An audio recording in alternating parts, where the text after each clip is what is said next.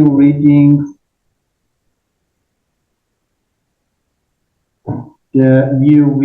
from the Ṭabarestān archive and the Mādayān hazār dādestān, featuring Dr. Alberto Bernard. But about the topics, I should say sails and clay sailing bearing the Middle Persian word Magi or mgwh are among the most represented items in the corpus of Sasanian sigillography. However, both the precise meaning of the word and the nature of the institution it denoted remain elusive. A philological examination, some Middle Persian documents from the Ṭabarestān archive and the Pahlavi legal compilation known as the Mādayān hazār dādestān could radically change our understanding of this bureaucratic office and its role within the Sasanian administrative system. Our guest today, Alberto Bernard, studied classics at the University of Padua and obtained his PhD from École Pratique des Études ESL in Paris. His dissertation focused on the story of the Zoroastrian priesthood in the Sasanian and early Islamic periods.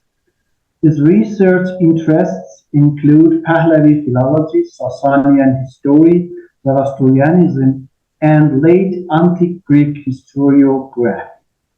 This is the second English language session in the Azhyar Foundation talk series on ancient Iranian studies. Since 2020, the Azhyar Foundation, a non-governmental organization and online association for study of ancient Iranian culture and philology, has hosted webinars, online courses, and sessions covering a variety of ancient Iran-related topics.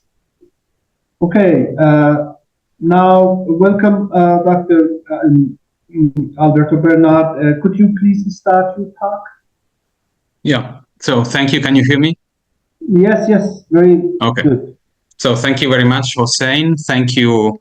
First of all, I want to thank Nima Asefi, Dr. Nima Asefi, for kindly inviting me here, and the Azhyar Foundation for hosting this series, and now also English participants. So thank you very much. Sorry, let me share the screen, first of all. Okay.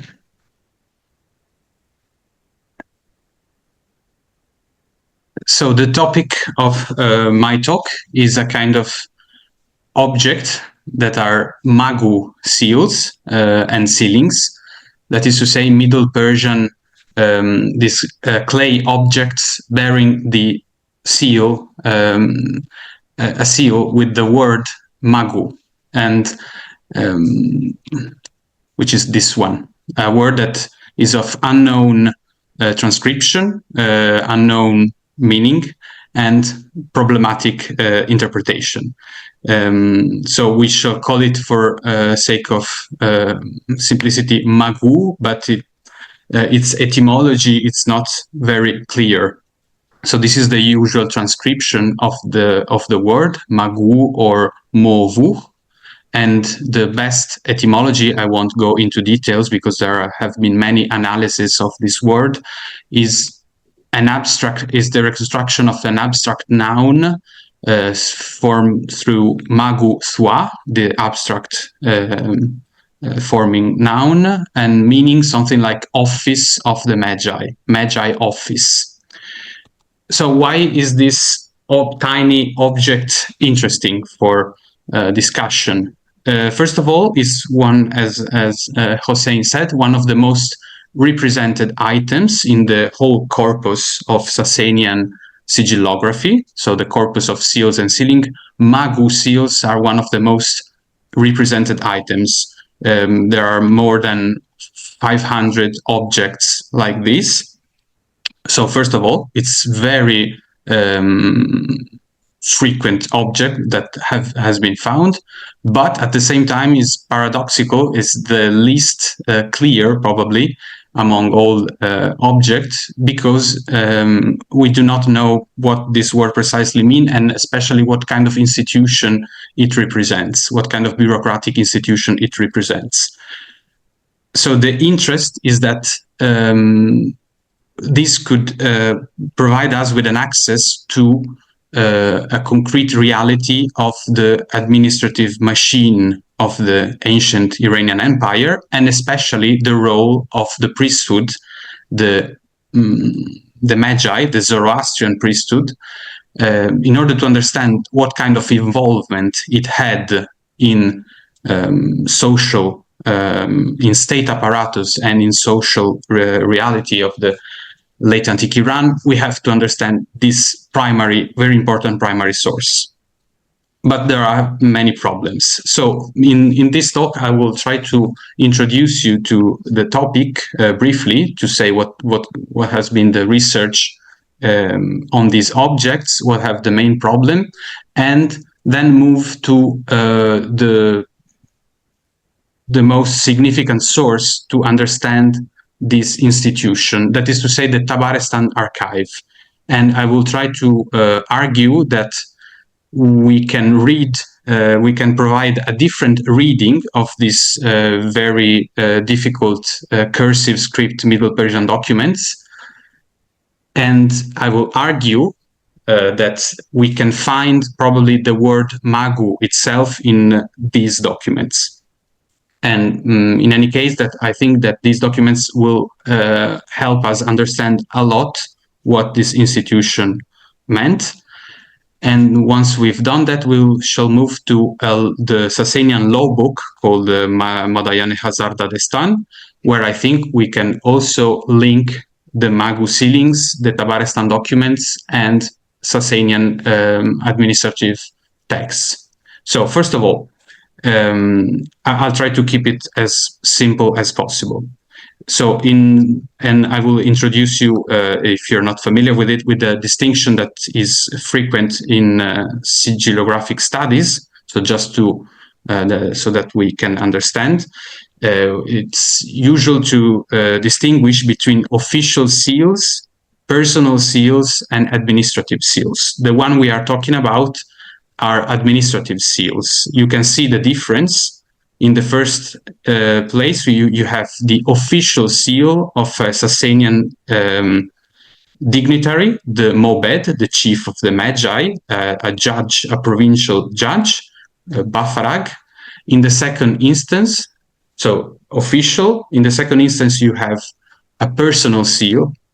And in this case, you have the seal of a priest, Mr. Bobag, which is the son of Mahadur Gushnasp. So you have an object with a personal name and an iconographic motif, in this case, a profile of a man.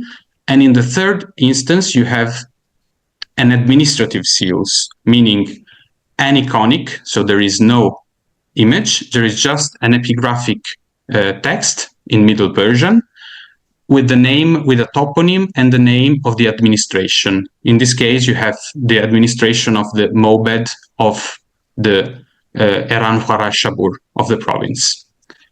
Okay, so the one we are talking about, the Magu seals, are these tiny seals that are characteristics, that are its characteristic feature is that they have on the center a toponym. So you can see in the image, for instance, in the image on the right, you have the name Gor, the town of Gur, Firuzabad. Then you have the word Mim Gemel Vav He, so MGWH, that we should call Magu. And on the border, you have the name of a province, so Ardashir-Quara, for instance, Gor in the province of Ardashir-Quara. This is the formal structure of every Magu seals. There are a lot, and thanks to these objects, it has been possible for scholars, most notably Rika Giselen, to build a picture of the administrative system of the Sasanian Empire. Thanks to all the toponyms we find in these objects, one can understand the relation between a district such as Gur and the province it was included to, so Ardashir-Quara. And these are all the provinces that are attested in Magu seals and sealings from the reconstruction made by Kaila Deng. So you can see we have this object that is spread across all the Iranian plateau and the imperial space, but which remains highly mysterious, because the main problem is that apparently no other source, no other kind of source beside the sigillographic, the glyptic evidence, no other source mention the word Magu and explain what it means. So what is called the Ṭabarestān archive, which is a group of 28 parchment and documents written in Middle Persian in the kingdom of Parishwargar, so in the Ṭabarestān region, the Espakhbad of Parishwargar and Ṭabarestān, in the 8th century, so after the fall of the Sasanian Empire, but still using the same, partly the same administrative structures. These documents that has been published since 2012, so they're very recent, that have been deciphered since 2012. 4 of them, among the 28, 4 of them bear the bulla, which is to say the clay piece with the sealing attached to it. 4 of these documents, of these legal documents, have the Magu seals. So for the first time since 2012, it could be possible to study the object alongside with the text. And so in this talk, I will try to go further into the relationship between this text and the object. So the publication of the Ṭabarestān archive has been made in the volumes of the Res Orientalis, first by Philippe Gignoux. From the first decipherment was led by Philippe Gignoux, and then the entire collection was re-edited by Dieter Weber and Maria Matzuk in between 2016 and 2022. So it's we have to say it's their titanic effort to understand this highly cursive script is most remarkable. But there is still work to be done, because it's very, very difficult to understand these documents. So the 4 documents among the 28, so is 1 out of 7, the 4 documents that still bear Magu sealings attached to them are the following. So Ṭabarestān 14 and Ṭabarestān 14 bis, which is a letter from a certain Burzen Peroz, which was a legal officer in the district of Deli-Delan. He's writing to Mr. Vindad, which was the Mobed, so a judge writing to his higher instance, the Mobed of the province of Ṭabarestān, and the case is about a perjury complaint. Then, so second one is 24, another legal officer, which is a revaluation of damaged properties. This document is sealed by 8 seals, personal seals, and 1 administrative, which is the Magu sealing. 25. and 28. And you can see in 28 is once again a notification letter from Vindad Hormazd, legal officer in the district of Deli-Delan, writing to the highest judicial authority of the kingdom, which is the Rad of Parishwargar. And the object of the claim is a procedure for inheritance by Sturi. We don't need to go into details. So this is the scheme of the dossier. The most interesting features, so here's the interesting part. These documents have a similar formulary. At the beginning, and sometimes at the end of the letter, the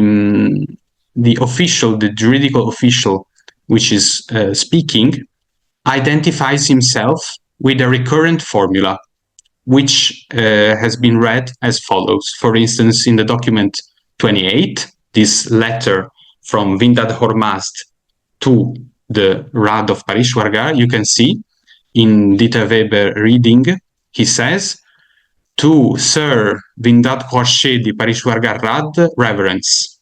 Vindad Hormazd, the one who is speaking, as the law of Deli-Delan in Ṭabarestān and as the law of the Syrian quarter in Ṭabarestān, and likewise the law for the villages altogether. You can see in the Middle Persian transcription, Vindad Hormazd, the name, Deli-Delan I abar Ṭabarestān ud dādestān, and then the same formula, Surigani abar Ṭabarestān ud dādestān. So this, if we take all the formula, we can formalize it as when this Entasog, this district, Entasogi toponym, name of the district, then I abar on the name of the province, Dādestān, when I was in this district, in the Dādestān of this region. So thanks to these documents, for the first time, one could link the content of the document, citing this Dādestān, meaning law, and the object that sealed the document. So at the same time, Rika Giselen, the scholar who has devoted much effort to the study of seals, and a recent unedited thesis by Kaila Dang, they both concluded sort of with the same arguments that, and I read, the presence of this particular formula only in the four documents which also bear the seal impressed of the office of the Magu, suggests that the two are related. Therefore, the Magu can be understood as the Dādestān, the law or the court of a regional jurisdiction. And Madam Giselen, it says the same, the business that have been judged by a high officer who identifies himself as the responsible of the law in one or two districts of a province. So, and here comes the problem and my proposal of a different reading. This formula has a syntactical problem. This sounds bad Persian to be abar Dādestān. Dādestān is not, doesn't work with the verb budan, be on a region and on a law. It's an abstract noun. It doesn't work very well. But most, so it's also bad semantics. Dādestān is an abstract noun and not a physical place, despite the etymology that means place of the law. It's never used mostly in a concrete sense. But the main problem is paleographical. So in all other instances in the archive where the word Dādestān is used, it's spelled phonetically and not with the Arameogram or heterogram Dina. And I will show you in a moment why it is so. So the real problem is paleographic, and this ud, this conjunction, which connects two different things, a region and Dādestān. So my proposal is to get rid of this ud dina, ud Dādestān, and read nahang. It's almost the same grapheme together. And this second word, nahang, means administrative orbit or appurtenances of an administrative unit, or more easily province. And what's interesting is that this syntagm, abar Ṭabarestān nahang, abar toponym of a province nahang, is attested already in Kyrgyz inscription. So it's a perfectly fine syntagma in Middle Persian to be on the province. So I'll just show you briefly the problem paleographically. I will not go into detail, but we have a supplementary sign every time that either one must read as the conjunction ud, which breaks the syntax, so in the image 1, and then the supposed aleph of dina is actually more a yod than an aleph. Here's all the other instances, and here you can see in the other instances of the word dādestān, which we have to add, they're perfectly fine semantically. The word is not written dina, but dādestān, written phonetically, dādestān. So this is the problem. And so in the written paper I'm about to publish, I will propose other places in the archive where we can change the reading with this solution.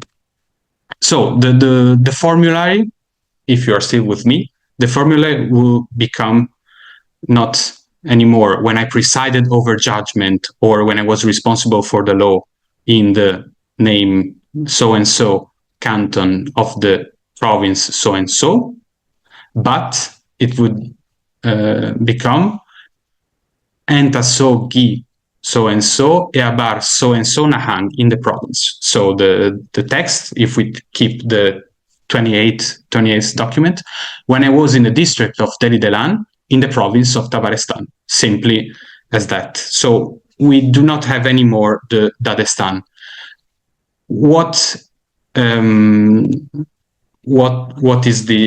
is at stake? So in the first place, we now have, if we accept this reading, which whose are the arguments for it I just skimmed rapidly, now we have the word for province that we didn't have before in the Ṭabarestān archive. We have the deh, the village, we have the rostag, but we didn't have, oddly, we didn't have the word for province. So we have that. But the most interesting part is that once we have this formula, we can make a bridge to another text, which is the Mādayān hazār dādestān. The compilation, which is usually called the law book, the Sasanian law book, which is a compilation of legal cases and legal documents, supposedly dating from the 7th century. So it's 1 century earlier, or at least parts of their documents are 1 century earlier than the Ṭabarestān archive. And the interesting thing is that we have the same formula, abar ardashir quarah nahang, in the hazār dādestān. So I'll resume. We have a new reading of the 4 document of a formula that recurs through all 4 documents of the archive where we have the bulla of the magu attached. The same formula appears in 2 documents that we will now read that have been preserved in the hazār dādestān. And what I will try to argue now is that the two documents in the Hazār dādestān are actually speaking about the Magu institution. So, let me drink. So the first text that has been preserved in this Pahlavi compilation known as the Mādayān hazār dādestān is one text dating from the time of Khusro I. So in the end of the second half of the 6th century. And it says, so it's a Sasanian document, and it says, under the reign of His Majesty Khusro, son of Kavad, according to the decree of the Rad and other official, it was written, and here's the quotation. In the province of Ardashir Quara, in the Fars region, Abar Ardashir Quara Nahang, and then there's a problem with a word. There must be a maximum of such number of, there is a lacuna, such number of Mādayān, whatever, we'll talk about this later, for each district, Rostag. So for each district, there must be a maximum of this ghost word, Mādayān. No more than 4 scribes should be employed.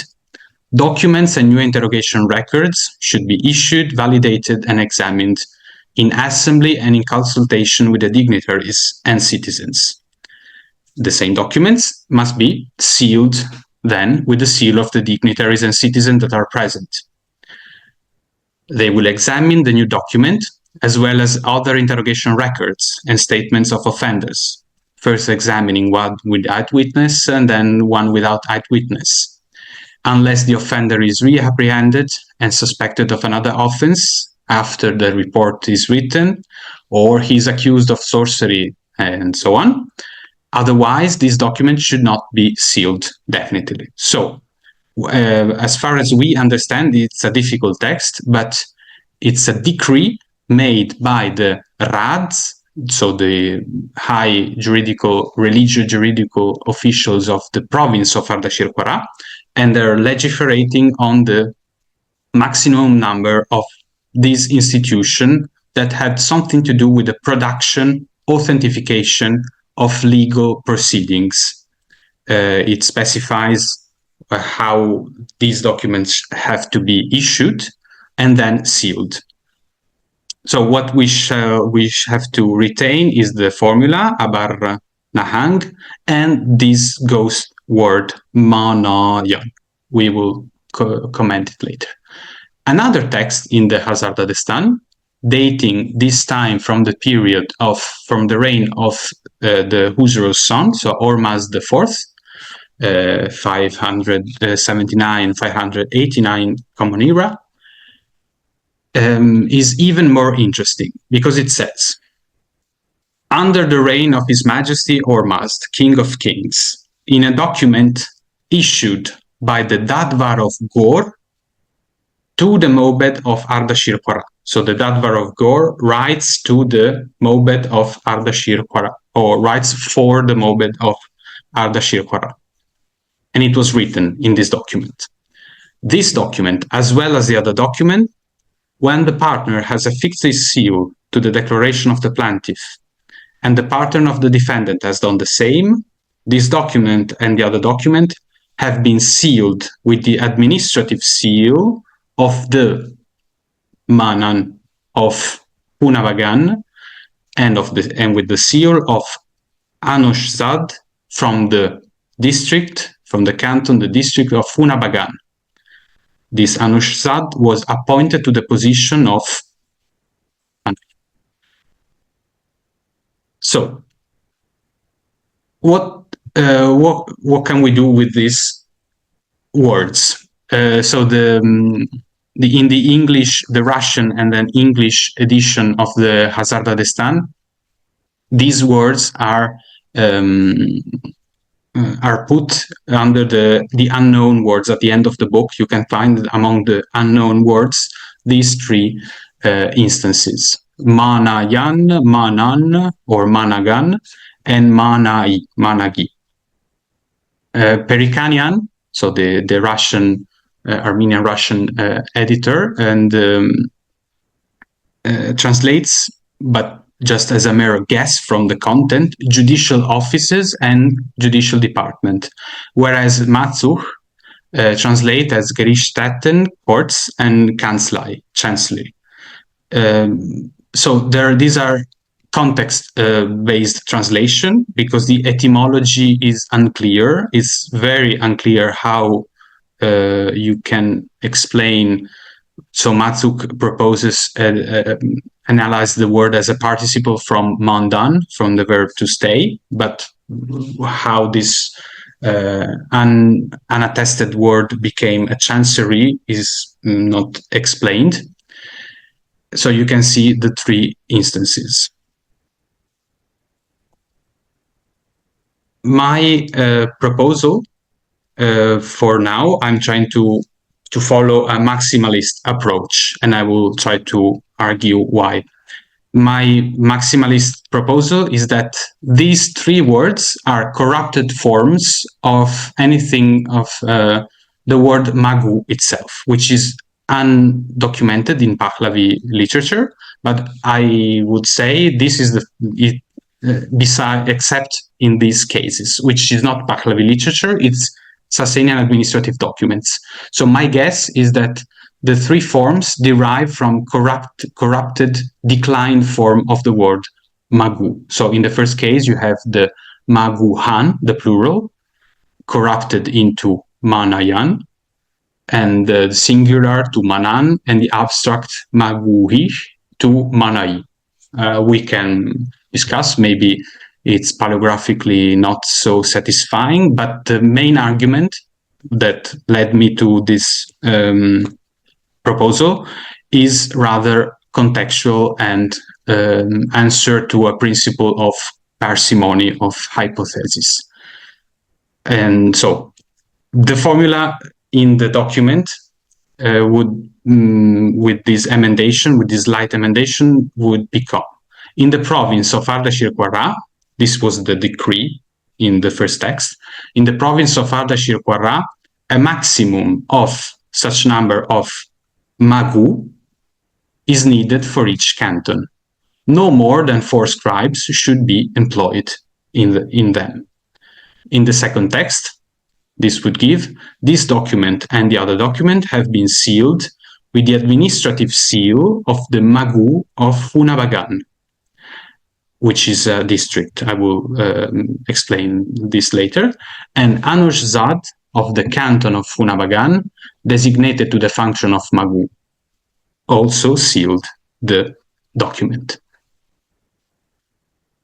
So the arguments, the contextual arguments that led me to this proposal is that magu seals are the only, as far as we know for now, the only known administrative seals that are associated with district level institution. So I show you at the beginning the seal of Gor, the magu seal of Gor, the magu seal of a city in the province of Bishapur, Delidelan in Ṭabarestān. So we have district level institution are the only known that have an administrative seal. So when the document specify that the document is that the legal act is to be sealed by the administrative seal of the district, the only district seal that we know is the magu.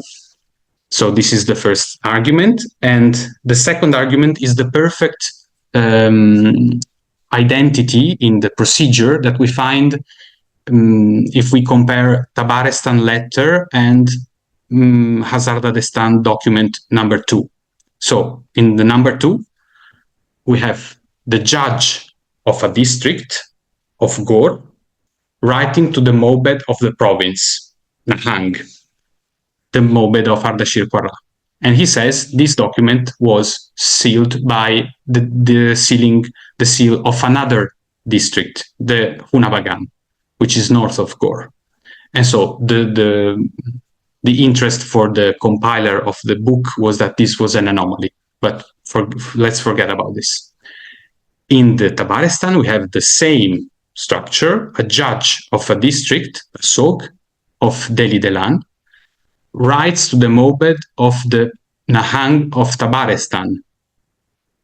The document, which we still have, has the magu of the same district of the judge, namely Delhi Delan. And in the end, if we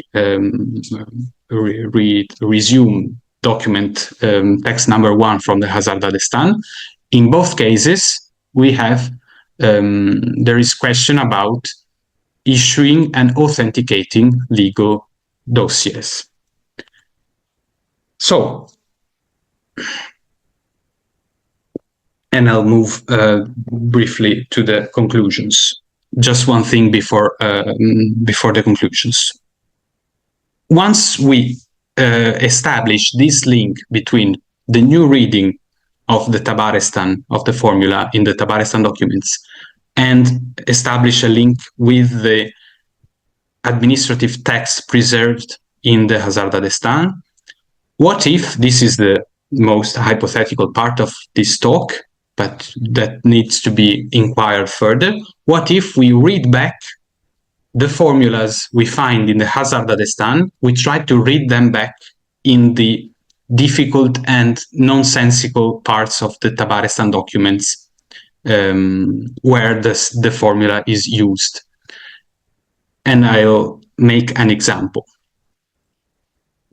In text number 2 of the hazār dādestān, if you remember, there is this Mr. Anoshzad, which is identified as Ke tasogi Hunabagan pad Manahi Paimar Avisht. Mr. Anoshzad sealed the document, and this Mr. Anoshzad was assigned to the Padmanai, I think it's the office of Magu, in the district of Hunabagan. In the Ṭabarestān documents, we have Vuzurgumed name, Ke tasogi Darspadbet, Pad, and the reading we have now is very odd. Let's take document number 25. And we have, according to Weber's reading, when Vuzurgumed, who was responsible in the district of the chief of the service of the residents of Dambavand, which is the Dimavand province, another province beside Ṭabarestān. And here we have the problem with the word Nahang, which was not recognized. So over the current business of the law and the current business of every one of the living beings, this is the Vispatan, which is unacceptable. And then we have this Must Padish Free Budan Padmaniha Sozishna, to provide love instead of violence for the burning of the houses, which is very strange formulation for many reasons. And in the second case, you still have, after the formula, a strange formulation that Weber himself marks as odd with the point. Paddehiha padish framan sohtan paddehiha budag. So I cannot go into details, but I think we can actually, in some cases, we can read back the formula we have in the formulaic section we have in the hazār dādestān. We can read it back to the Ṭabarestān document. So the Pad Mana Hisozishna in the first instance for the burning of the houses, which is very strange formulation. Possibly Pad Maguhi or Manahi Paimar Pakdun, which is the Arameogram for appointed. So I will not bother you longer with this. We can keep it for discussion, but suffice to say that there is room for progress, maybe, in deciphering these documents by thanks to the building of this link, and because formulas are the epigraphist or the philologist's best friends. So once you have a formulaic section in an inscription, you can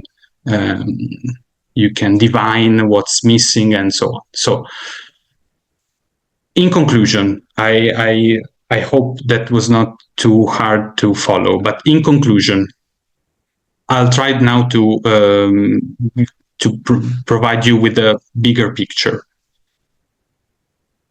Once we dispel the notion of this dādestān, we understand that this mgwh was not actually a judicial court in itself, but rather a bureaucratic office, which managed legal document production and authentication. So it served, in my view, it was a building or something, a place supplying districtual judges, the dādvārs, with authenticated legal dossiers. And these are the Purshish, Namag, the Fragar, and other kinds of documents. So not an actual court of law, but rather a place for producing documents. This, of course, and it's explicit in the hazār dādestān, involved scribes, dibir. And it said no more than 4, according to this 6th century text.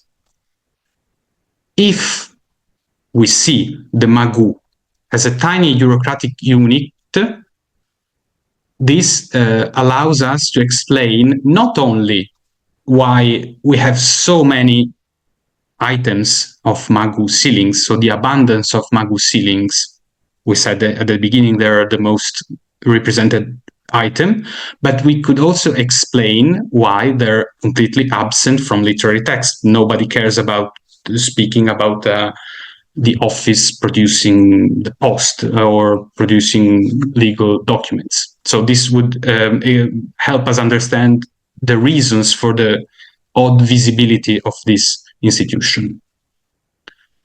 And at the same time, I think, once we understand this, we also understand why we have so few sealings by actual judges, by the dādvār, and by actual scribes, dibir. If you take the corpus of sigillography, you have very, very little seals by scribes and by dādvār, because probably mgwh seals, there were enough for authentify legal documents. So now it's the interesting part, if one is interested, like I was during my PhD, with the Magi and the priesthood and Zoroastrianism. So what is left of the notion of the office of the Magi?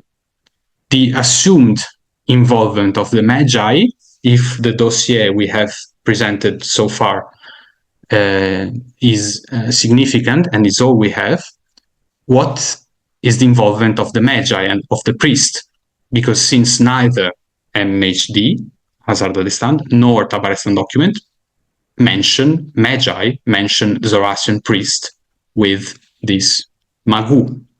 So the actual evidence that is left is the etymology, the proposed etymology of mgwh, the abstract noun, which is not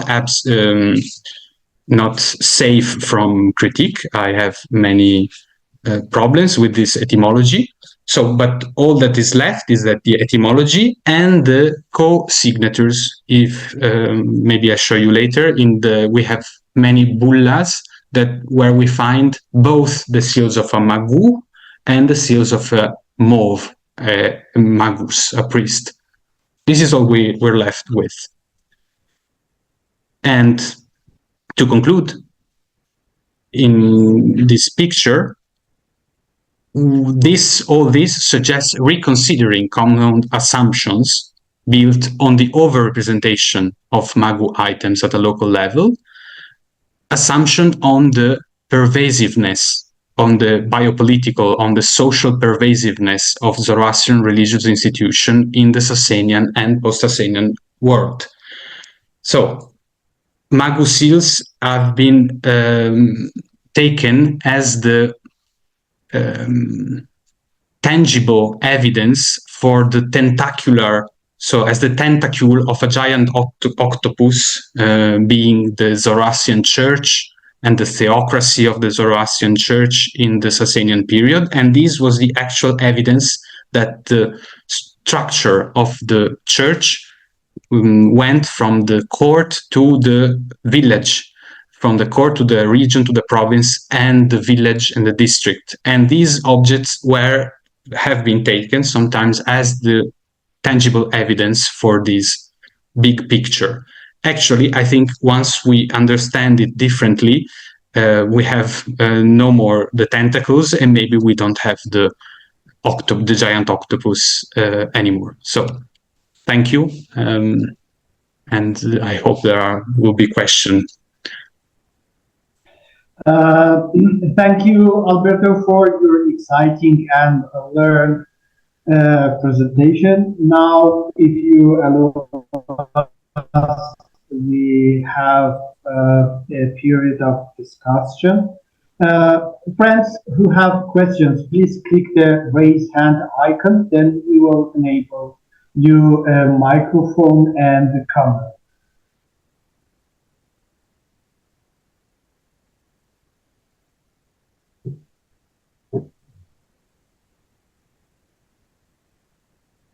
Nobody?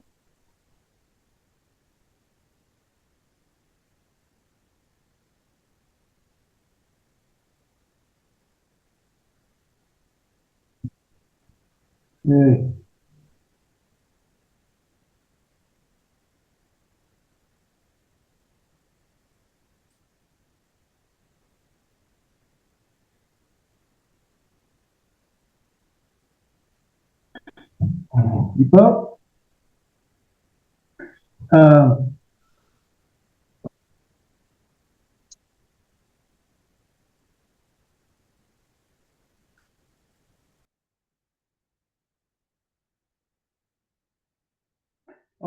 We have here a question, I think. Yeah. Mrs. Rambo. Can you read? Thank you so much for your talk. I really enjoyed it. So the question is, are there any other officials apart from scribe that are mentioned as working in the Magu offices? No. No. If this text of the hazār dādestān actually is speaking about the Magu, which is the idea, but it's not a hard fact. The only people involved seem to be scribes, at least whatever we take the meaning of the document itself, because it seems like they're trying to reduce the need for legal document production due in courts. The decree issued in the times of Khusro seems to be something like, maybe let's do less paperwork and keep it, let's not overproduce bureaucracy. But only scribes are mentioned, like with probably a number.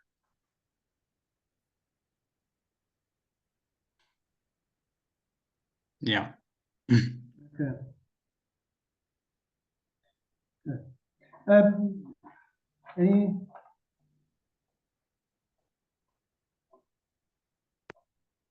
Any other? I ask people if any other question. I'm wondering. I remember Iranian has a paper about the Mog or Mo. Yes, have you seen it? What's about? I couldn't find it, and it's very different what you said in her paper. Yeah, she wrote about the etymology of the word. Okay, good. Yeah, Didn't know. but nobody actually quoted that article ever again. So it has not been accepted as the etymology. The etymology she proposed was using Vedic comparison, and is not at all compelling.